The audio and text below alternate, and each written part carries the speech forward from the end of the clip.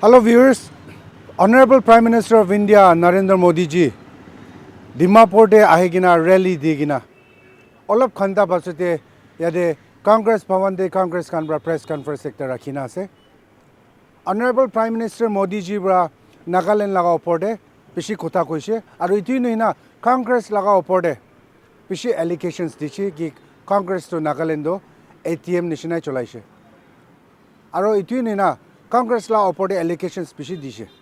तो आज आमी खान यदि की दिखिबो पाबले आसे आमी खान नजाने होले भी आमी खान जानकारी पाए आसे कि एडवोकेट महिमा सिंह AICC कोऑर्डिनेटर ताइब्रा आज यदि प्रेस कॉन्फ्रेंस एकता दिबले आसे गुना आमी खान जानकारी पाए आसे आज प्राइम मिनिस्टर लगा स्पीच कांग्रेस पुरा किनेगा रिप्लाई करबो आइबे आमी खान इतो साइ साबो.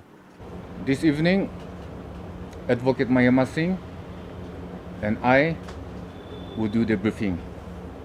But before I hand over the mic to my learned colleague, Advocate Mahima Singh, I wish to speak on an issue that most of us will be concerned about today.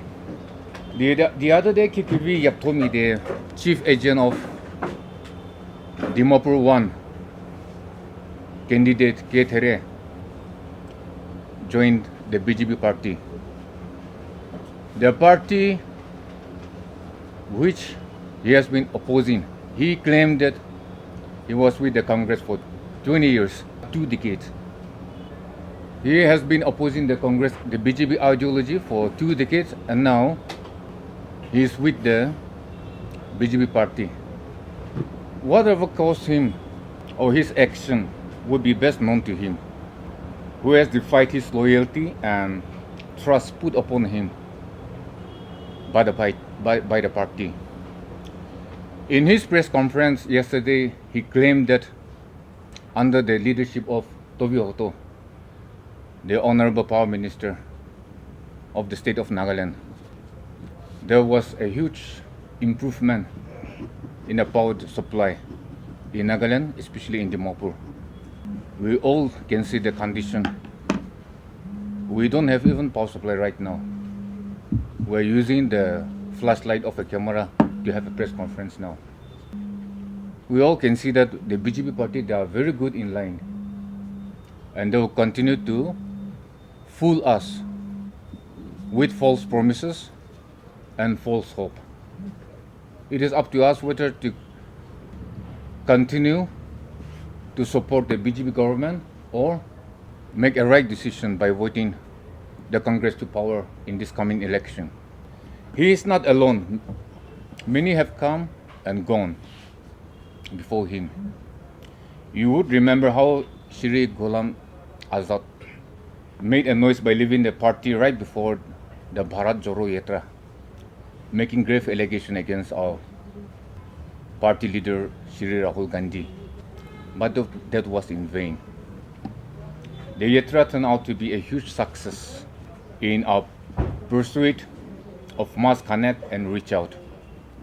The Congress party stands and will continue to stand tall against all odds.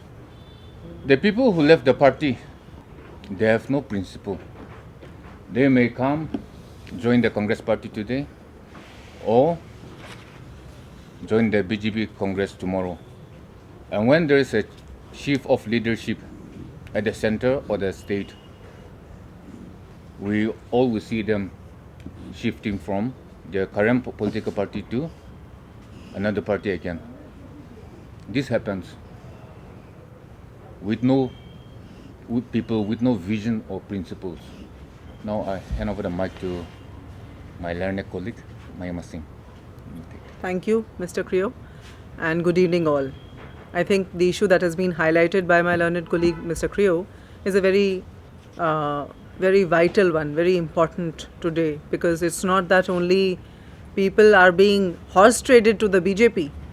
Nagaland is not the first state. We have seen this trend emerge over the past 8 years, and like how. It's also that, we'll be talking about what they do with their own rebels. They're horse trading from the other parties within, and then there are those who have served for their party. Then when they rebel, then what happens? That's also a part of the story. But before I go there, I must say that over the last 10-12 days, We have seen series of BJP leaders come to the state of Nagaland, the tallest leaders, and this morning it was Mr. Modi, our Honorable Prime Minister, the most respected position in the state, in the government.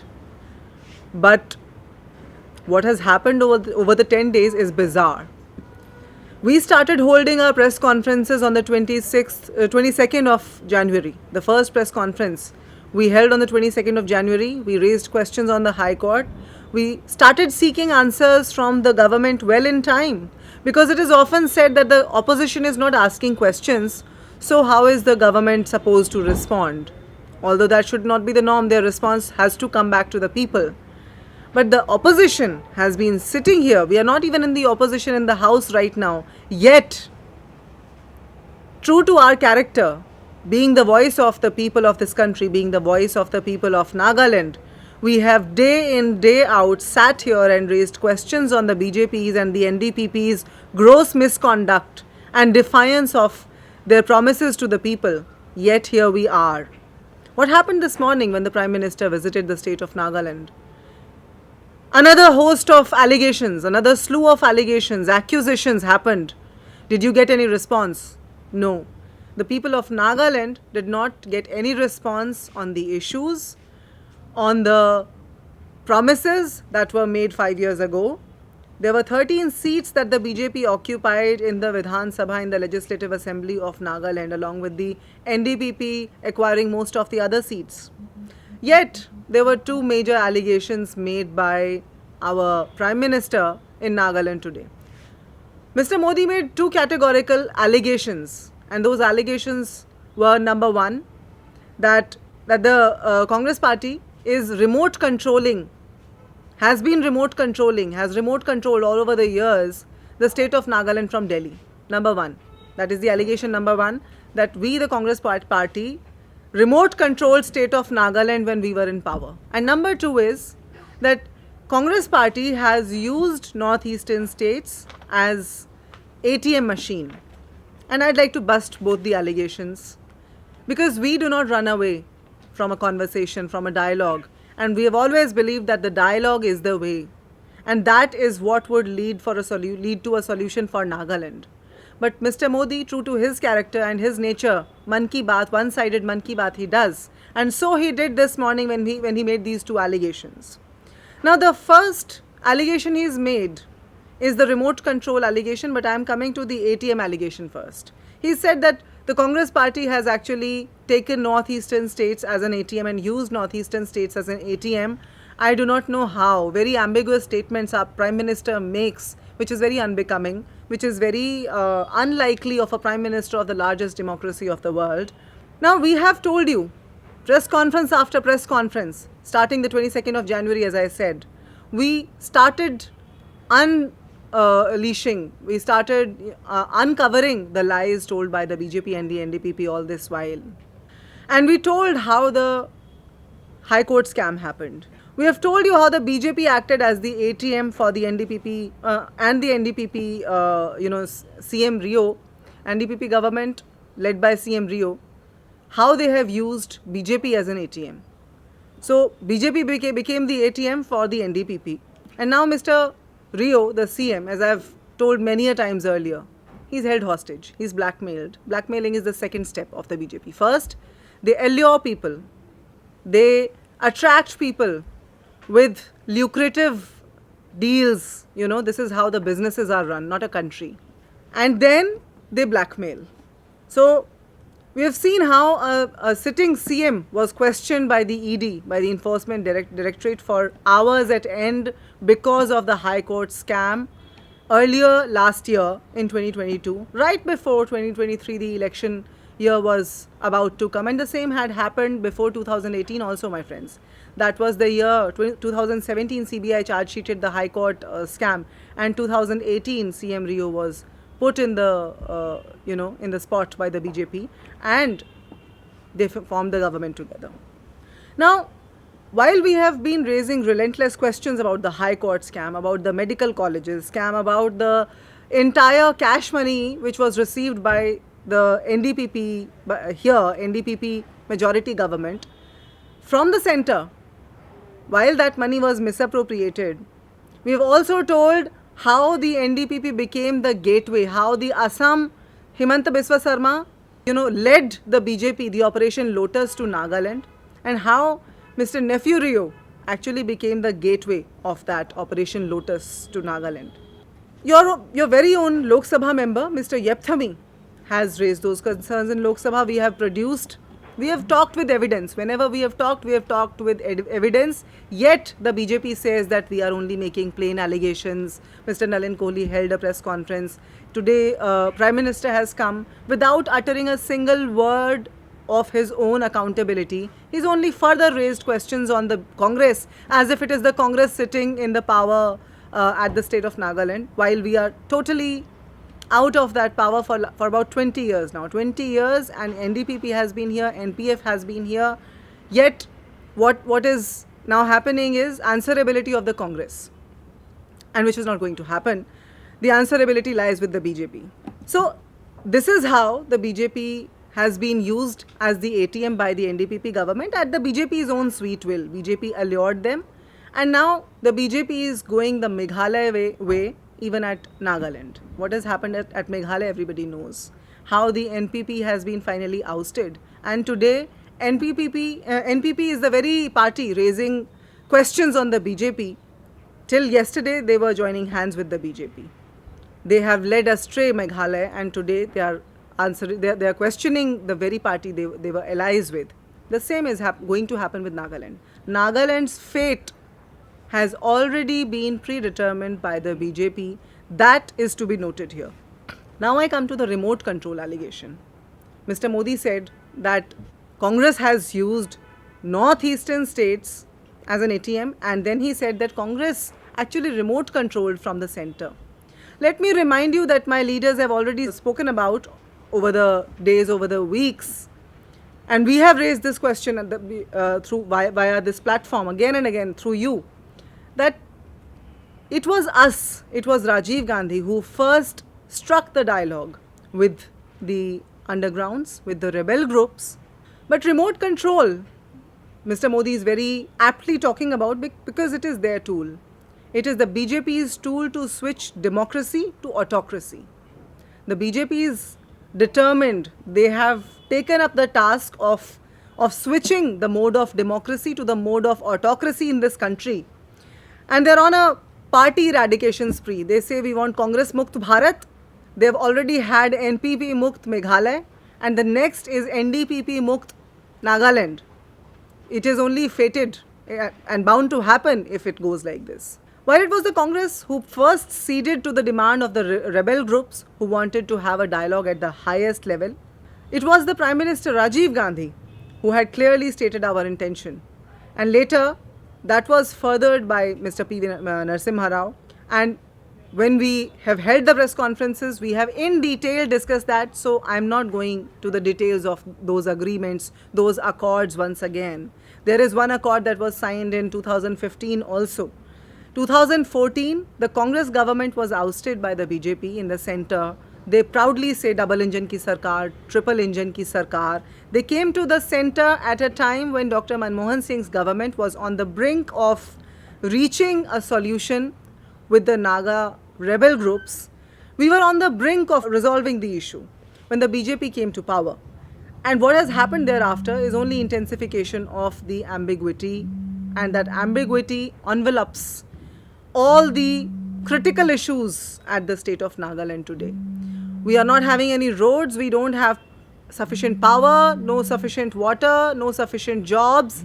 Women are suffering. Why? Only because the Naga political issue dangles over the Nagaland government, and it is dangled happily by the BJP to blackmail the Nagaland government, the NDPP government. Now, you've seen that we have categorically raised concerns and questions on the BJP's intent of the Christians of Nagaland. We have asked categorically what is their view on the 17 tribes with respect to the Uniform Civil Code. The BJP demanded a debate. We said, I think it was on the 16th or the 17th of December, about a week ago, that we said that we are open for the debate. They wanted a debate on the issues. They wanted a debate on the report card, and we do not do Man Ki Baat, we do Jan Ki Baat. We were open for that debate. However, we asked the BJP that you please clarify your stance on the UCC. You clarify your stance on the delisting of tribes. You clarify your stance. You give clear answers to the public before you endorse your 41-page manifesto. You clarify your stance, and then we can have a debate. But no answers have come, only further allegations have come, and we are only reiterating what we have been asking of the BJP. What is now being asked even by the NPP in Meghalaya.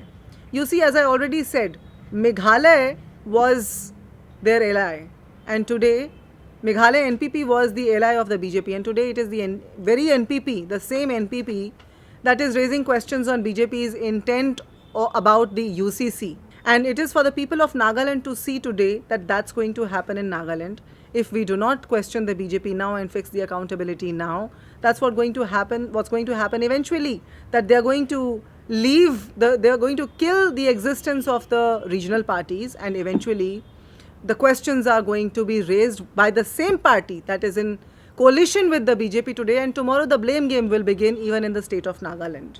And that's not what we want, surely. Hence, we must start seeing clearly. I talked about the rebel groups. I talked about the BJP's attitude towards its rebels in the very beginning. And I told you that I'll come to that part of the story.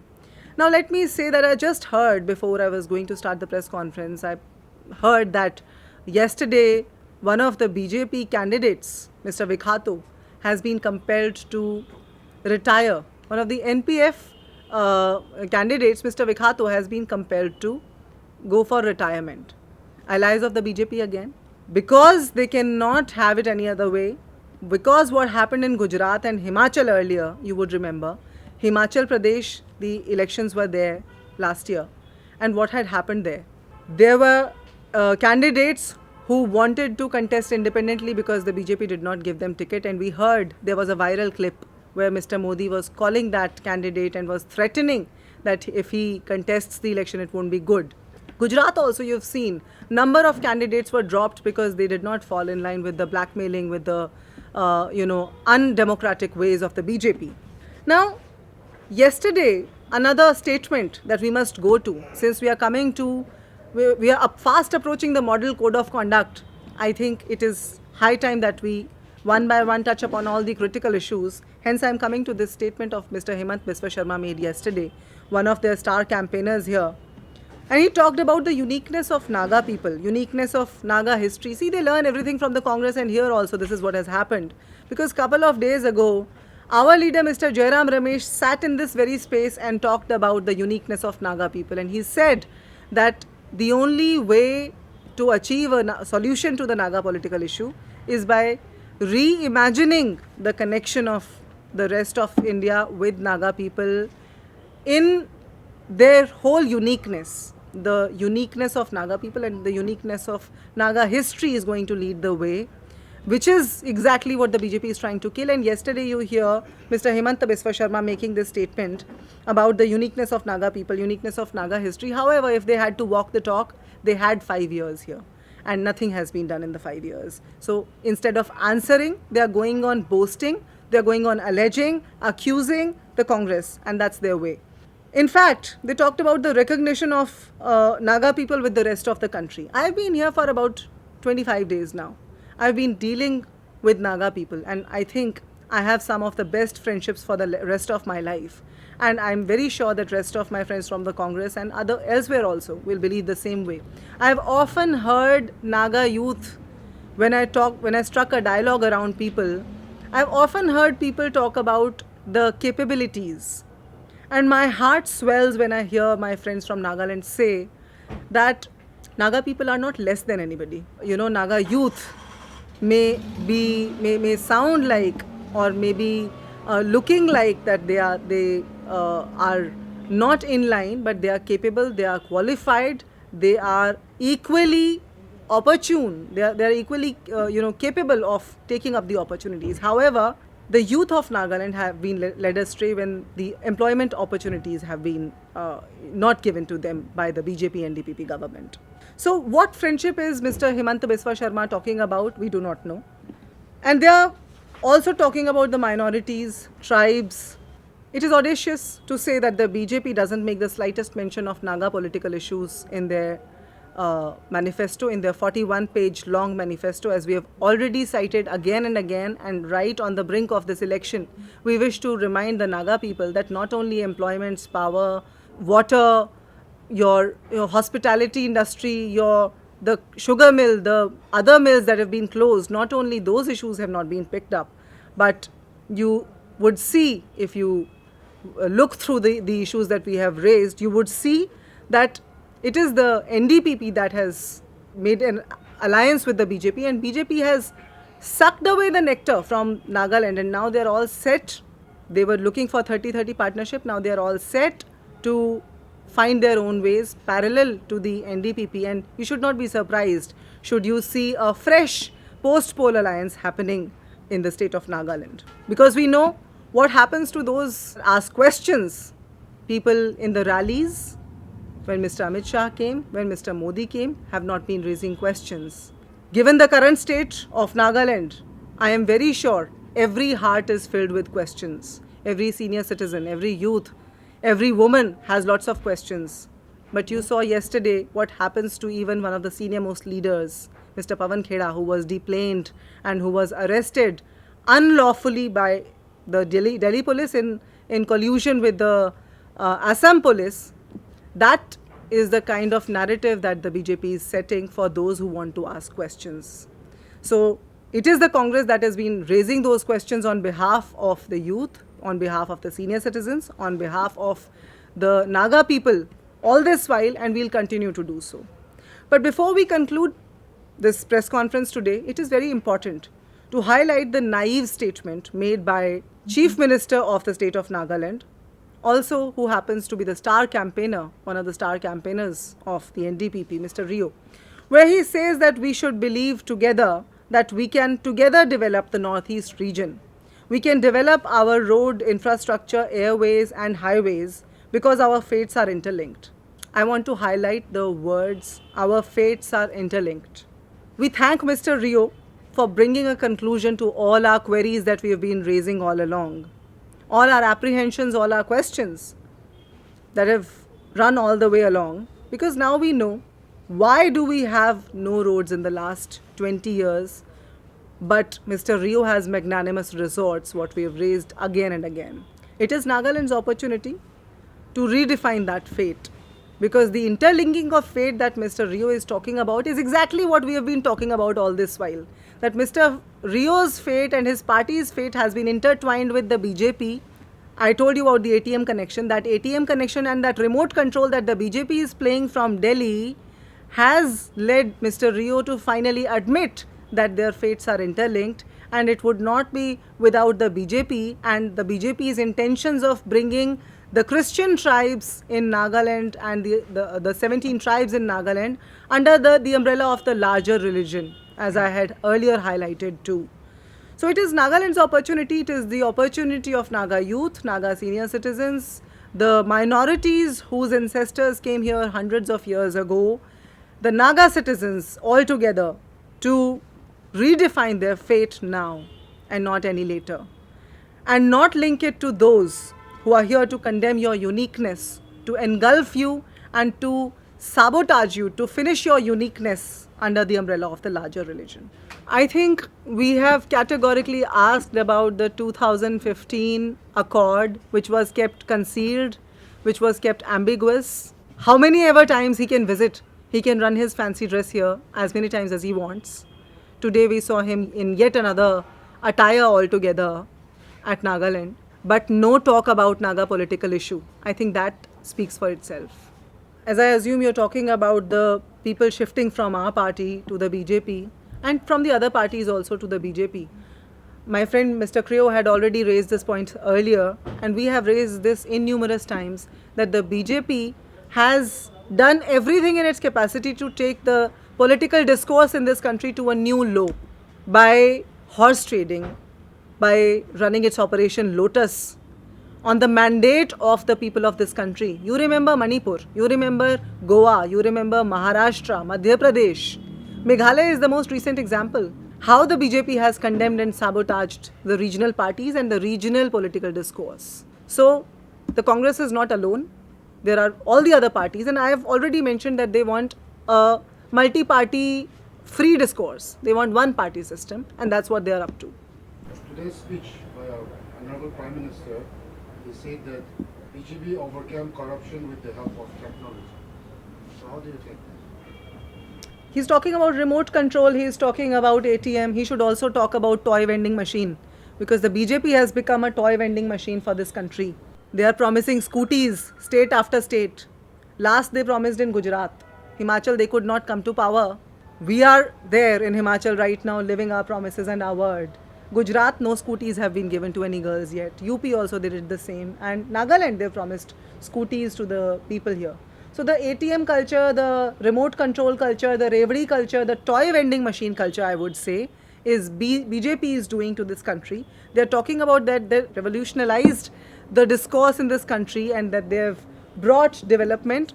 I would say that yes, to show on the outside that may be their tool, but on the inside what is happening is what we've already talked about.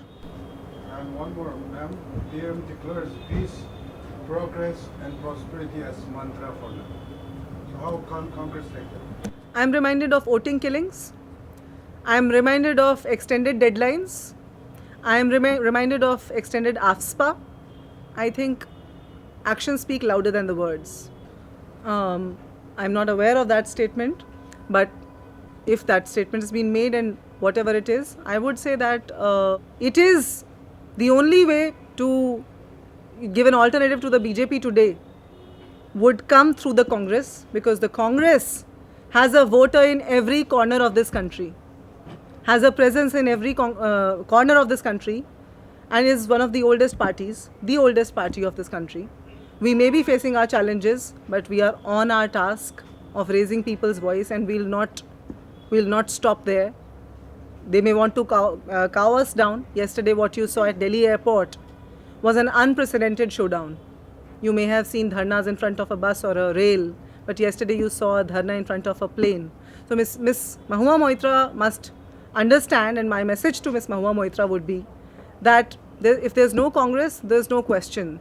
It's only Mr. Rahul Gandhi who's been relentlessly raising questions in the parliament, on the streets of this country over the past 8 years, be it on China, be it on demonetization. Yes, couple of fiery speeches here and there give you good publicity, but it takes a consistent questioning to get the government to answer. Yes, ma'am, last question. Boy Patton, Deputy CM of Nagaland, says that this is the third visit of the Prime Minister in Nagaland, whereas Manmohan Singh has never visited Nagaland.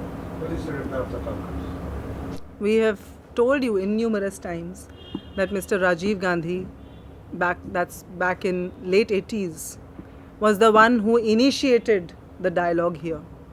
Dr. Manmohan Singh also was in constant talks with the rebel groups. You may show one thing and do the other. Congress believes in doing rather than showing.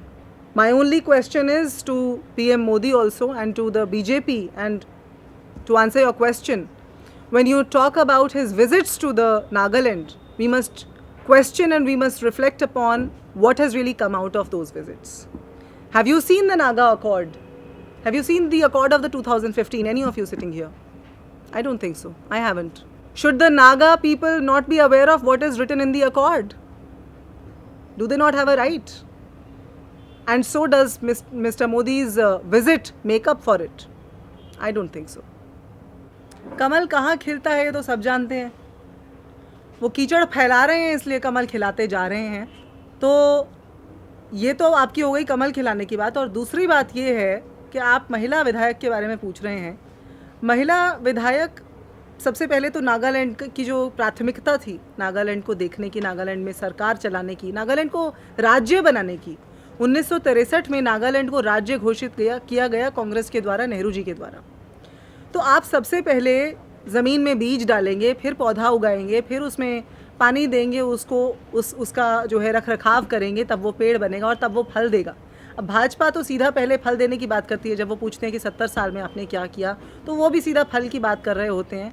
हम बीज डाल रहे थे, हम क्यारी तैयार कर रहे थे, और आज आप जो जो बागीचा देख रहे हैं, जिसके बागबान आज भाजपा बन गई है, वो उनको ये याद रखना चाहिए कि इसके बीज कांग्रेस के द्वारा डाले गए थे। चाहे वो महिला विधायकों की बात हो, आज हमारे 23 कैंडिडेट्स हैं, 23 उम्मीदवारों में से एक महिला है, और मुझे लगता है कि ये एक ऐसा ट्रेंड है जो बदलते बदलते बदल रहा है।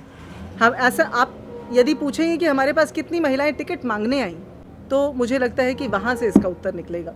हमारे पास जितनी महिलाएं टिकट मांगने आईं, हमें लगता है कि उनमें से ज़्यादातर को कंसिडर किया गया, एक को टिकट दिया गया, विनेबिलिटी और बहुत सारे फैक्टर्स होते हैं। आपका सवाल वाजिब है, पर हम तो 20 साल से सत्ता से बाहर हैं, हम तो 20 साल से सत्ता से बाहर हैं। आज तो ये सवाल हमारे लिए अनुपयुक्त है। ये सवाल आप हमसे शायद अगर 2000 में पूछते, सन 2000 में, तो हम इसके लिए उत्तरदायी थे। आज हम उत्तरदायी नहीं हैं, क्योंकि 20 वर्षों से हम बाहर हैं, हम सज़ा भुगत चुके ना। यदि हमने ऐसा नहीं, यदि हमारी गलती थी, यदि नहीं, देखिए, यदि हमारी गलती थी तो हम बाहर हैं ना। राजनीति में मुझे ये बताइए कि चुनाव के खेल में हार जीत और जनता का जो फैसला है वो सर माथे पर है। जनता ने आपसे कहा कि आप हमें हमारे मसलों को सुलझाइए, आप नहीं सुलझा पाए तो अगली बार आपको खदेड़ दिया गया। हम लोगों ने, जैसे गोवा के अंदर या मध्य प्रदेश के अंदर या महाराष्ट्र में भाजपा ने कमल खिलाने का काम किया कीचड़ फैला करके, हमने वैसा काम नहीं किया। हमने जनता के जनाधार को हमने सर माथे पर रखा। जनता ने कहा कि आप फेल हो गए, तो हमने अपना फेलियर कबूल किया और उस फेलियर से आगे बढ़ने की बात की। तो आज 20 साल से हम बाहर हैं, लेकिन आज भाजपा को ये जवाब देना चाहिए कि यहाँ पर जो पिछले, और एनडीपीपी को ये जवाब देना चाहिए कि जो इतने वर्षों से यहाँ मेडिकल कॉलेजेस का कार्य जारी है मौन और कोहिमा के अंदर, जिसके पूरे फंड्स दिल्ली से आ चुके हैं, 100% फंड्स आ चुके हैं कोहिमा के कॉलेज के लिए, और मौन के कॉलेज के जो फंड्स हैं वो 90% आ चुके हैं। एक पहले की प्रेस कॉन्फ्रेंस में हमने अपना लोकसभा का उत्तर भी यहाँ पर दिया था। तो बिल्कुल मांगा है, हमने लगातार मांगा है। हम पिछले 20 दिन से यहाँ से हिसाब मांगने का कार्य कर रहे हैं, लेकिन हमें उत्तर में जो मिल रहा है, नागालैंड के लोगों को उत्तर में जो मिल रहा है वो और छींटाकशी है। नागालैंड में तो आप देख ही रहे हैं ना, हमने आपको बताया कि किस तरह से हाई कोर्ट का स्कैम पकड़ करके पहले रियो जी को ईडी के सामने बैठाया गया, और उसके बाद उनके साथ किस तरह से कोलिशन किया गया। और आज आप देख रहे हैं, जो पहले 30-30 की लड़ाई हुई, 30-30 पर उनको नई बात बनी, तो आज आप ये देखेंगे कि जहां 20 सीटों पर भाजपा ने अपने कैंडिडेट्स रखे हैं और 40 पर एनडीपीपी ने रखे हैं, एनडीपीपी वाली जगहों पर 16 जगह एलजेपी है। नई नई पार्टियां इस बार चुनाव लड़ने के लिए नागालैंड में आ गई हैं। ये ऑपरेशन लोटस की और कीचड़ फैलाने की शुरुआत नहीं है तो और क्या है। हिमंत बिस्वा शर्मा तो आज कुछ कहते हैं, कल कुछ और कहते हैं। कल वो कांग्रेस में थे, आज वो अपने पाप धोने के लिए बीजेपी में आ गए। उनके ऊपर कार्रवाइयाँ जो छिड़नी हैं वो बिल्कुल बंद हो गई। ऐसा नहीं है कि केसेस बंद हो गए, आज वो सब कार्रवाइयाँ जो हैं वो त्रस्त हैं, वो बंद पड़ी हुई हैं। और उनका अपना जो स्टेट है, यहाँ आकर वो प्रचार प्रसार कर रहे हैं, उनका अपना जो स्टेट है वो एनकाउंटर कैपिटल ऑफ इंडिया बन चुका है। वहाँ पर आपने देखा किस तरह से बच्चियों के जीवन के साथ खिलवाड़ हुआ है। पहले तो वहाँ पर आप बाल विवाह होने देते हैं और उस समय कोई आप उसके ऊपर निरीक्षण नहीं करते, उसके ऊपर नियंत्रण नहीं करते, और फिर बाद में इस तरह से अनप्लान्ड तरीके से गिरफ्तारियाँ करते हैं। तो वो पहले अपना प्रदेश संभाल लें, उसके बाद यहाँ आकर कांग्रेस पर सवाल उठाएं या फिर कुछ और वायदे करें। देखिए, आपने अभी, मैंने जो बातें आज बोली हैं रिमोट कंट्रोल और एटीएम वाले जो उनके एलिगेशंस हैं, उसी में एक उन्होंने पहले भी जुमला दिया हुआ है, रेवड़ी कल्चर। और मैंने उसके अंदर आज एक और जोड़ दिया कि उनको एटीएम के साथ साथ या रिमोट कंट्रोल के साथ साथ टॉय वेंडिंग मशीन भी बोलना चाहिए। बच्चों की होती है ना टॉय वेंडिंग मशीन, जिसमें आप बटन दबाते हैं और खिलौने निकल के आ जाते हैं। यहाँ पर वो घोषणाएं करते हैं, जो रेवड़ी कल्चर की वो बात कर रहे हैं, वो भाजपा ने इस देश के अंदर उसको बढ़ावा दिया और उस रेवड़ी कल्चर को अब टॉय वेंडिंग मशीन बना दिया है। हर स्टेट के अंदर जाकर के वायदे करते हैं कि हम स्कूटी दे देंगे, हम टैब्स दे देंगे, हम ये दे देंगे। हाँ, सुप्रीम कोर्ट ने साफ साफ कहा है कि आप ये बताएं आप किस तरीके से उस मुकाम तक पहुंचेंगे, आपके पास क्या नीति है कि आप जो वायदे कर रहे हैं वो देंगे। बिना कोई नीति बताए इस तरह के वायदे भाजपा कर रही है नॉर्थ ईस्टर्न स्टेट्स के अंदर, जिसमें वो कह रही है कि आप रिमोट कंट्रोल की बात कर रहे हैं। रिमोट कंट्रोल का कार्य मैं फिर दोहरा देती हूँ जो मैंने पहले कहा था, रिमोट कंट्रोल से सरकारों को चलाने का कार्य भाजपा ने किया है, न कि कांग्रेस ने। कांग्रेस में तो आपको याद होगा नेहरू जी हर मुख्यमंत्री को पत्र लिखा करते थे और उनसे संवाद करते थे। आज वो संस्कृति लुप्त होती जा रही है, क्योंकि आज हमारे देश में मन की बात का कल्चर ज़्यादा है, जन की बात का कल्चर ख़त्म होता जा रहा है। आप लोगों से हम सवाल पूछते जा रहे हैं, आप ये बताइए कि उनके मैनिफेस्टो के अंदर क्या आपको नागा इशू का कोई भी कहीं पर भी कोई मेंशन मिलता है? नहीं मिलता। तो इसलिए ये जो है वो क्या बोलते हैं कि हाथी के दांत खाने के और दिखाने के और ये कहावत याद आ जाती है हमें जब हम बीजेपी के कॉन्डक्ट को देखते हैं। तो इसका मतलब सीधा सीधा सा है, बिल्कुल स्पष्ट है। जो हम बोलते हैं झूठ और जुमले की संस्कृति, ये वही है। हमने पहले भी बताया था कि 2019 के अंदर 6 महीने का वायदा किया गया था जब यहाँ RN रवि गवर्नर थे। उस वायदे का क्या हुआ, उसे क्यों एक्सटेंड किया गया, वोटिंग किलिंग्स क्यों हुए, और वो एक्सटेंशन एफसपा का होता ही चला जा रहा है। तब आपने क्यों किया जब आप उसका जवाब नहीं दे रहे, और आज वायदा कर रहे हैं कि अगले 1 साल में या 3-4 साल में हो जाएगा। जब आप आज जवाब नहीं दे रहे, भाजपा आज जवाब देने से कतरा रही है, तो वो कल जवाब देंगे, इसकी कौन सी गारंटी है। सत्ता में वापसी कर रहे हैं हम, पुरजोर तरीके से कर रहे हैं। हमने यहाँ जो सवाल उठाए हैं वो हर नागा के सवाल हैं, नागालैंड में रहने वाली हर माइनॉरिटी के भी सवाल हैं। तो आप देखेंगे कि सत्ता में पुरजोर तरीके से वापसी होने जा रही है कांग्रेस की, और कांग्रेस जनता की आवाज़ जैसे बनती रही है वैसे बनती भी रहेगी। मेरे साथ वेजोटे क्रियो बैठे हुए हैं जो चेयरपर्सन है कम्युनिकेशंस डिपार्टमेंट के, और इन्होंने एक रिप्रेजेंटेशन, जब हमने यहाँ ये प्रेस कॉन्फ्रेंसेस करने शुरू किए 20 दिन पहले, इन्होंने खुद जाकर के DGP साहब को और कमिश्नर साहब को एक रिप्रेजेंटेशन दिया था, जिसमें इन्होंने बड़े विस्तृत तौर पर ये लिखा था कि किस तरह से यहाँ एक क्लीन इलेक्शन कैंपेन चलाने की एक जो है वो आवश्यकता रहती है, पिछले ख़ास तौर से 8-10 वर्षों से तो बहुत ही ज़्यादा बढ़ गई है, और किस तरह से वायलेंस हो रही है। मैं खुद मोकोकचुंग गई थी और वहाँ मैंने ये देखा, पत्थरबाजी जैसे इंसिडेंसेस या युवाओं को भड़काने के इंसिडेंसेस NDPP BJP द्वारा आम हो गए हैं। ये ऑपरेशन कीचड़ का एक हिस्सा है, और इसके लिए भाजपा और NDPP को जिम्मेदारी लेनी चाहिए, और उन्हें ये सुनिश्चित करना चाहिए कि जो सिविल सोसाइटीज़ कोशिश कर रही हैं क्लीन इलेक्शन कैंपेन को करने की, उसमें पैसे बांटने जैसी या ये हिंसात्मक तरीक़ों जैसी प्रथाओं को न बढ़ने दें। लेकिन वो ऐसा नहीं करेंगे क्योंकि उनका सत्ता से प्रेम जो है वो लोकतांत्रिक वजूद पर हावी है। Thank you.